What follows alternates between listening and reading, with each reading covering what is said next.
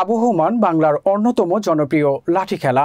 তবে সময়ের সাথে সাথে অন্যতম ঐতিহ্যবাহী এই খেলা হারিয়ে যেতে বসেছে। আধুনিকতার আড়ালে হারিয়ে যাওয়া গ্রাম বাংলার ঐতিহ্যকে বর্তমান প্রজন্মের সামনে তুলে ধরতে ঈশ্বরদীর বাঁশের বাঁধা লাঠিয়াল বাহিনীর আয়োজন করেন লাঠি খেলার। পাবনা থেকে জাহাঙ্গীর আলমের প্রতিবেদনে থাকছে বিস্তারিত। ক্যামেরায় ছিলেন সোহানুর রহমান। খেলায় অংশগ্রহণ করে কুষ্টিয়ার লাঠিয়াল দল ও ঈশ্বরদীর ঐতিহ্যবাহী বাঁশের বাঁধা লাঠিয়াল বাহিনী। ঢাক, ঢোল আর কাঁসার ঘণ্টার তালে তালে শুরু হয় লাঠি খেলা।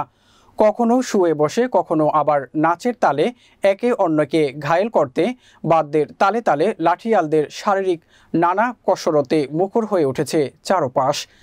একজন অন্যজনকে লাঠির আঘাতে ঘায়েল করতে পাল্টা আঘাত হেনে তার জবাব দিচ্ছে প্রতিপক্ষ খেলোয়াড়। রীতিমতো লাঠির যুদ্ধ। দুজনের শরীরে আঘাত লেগে যাচ্ছে কখনো, তবে দর্শকদের বিনোদন দিতে পারাটাই সাফল্য তাদের কাছে। ঐতিহ্যবাহী এই লাঠি খেলা দেখতে নারী, পুরুষ, শিশুসহ বিভিন্ন শ্রেণী পেশার মানুষ।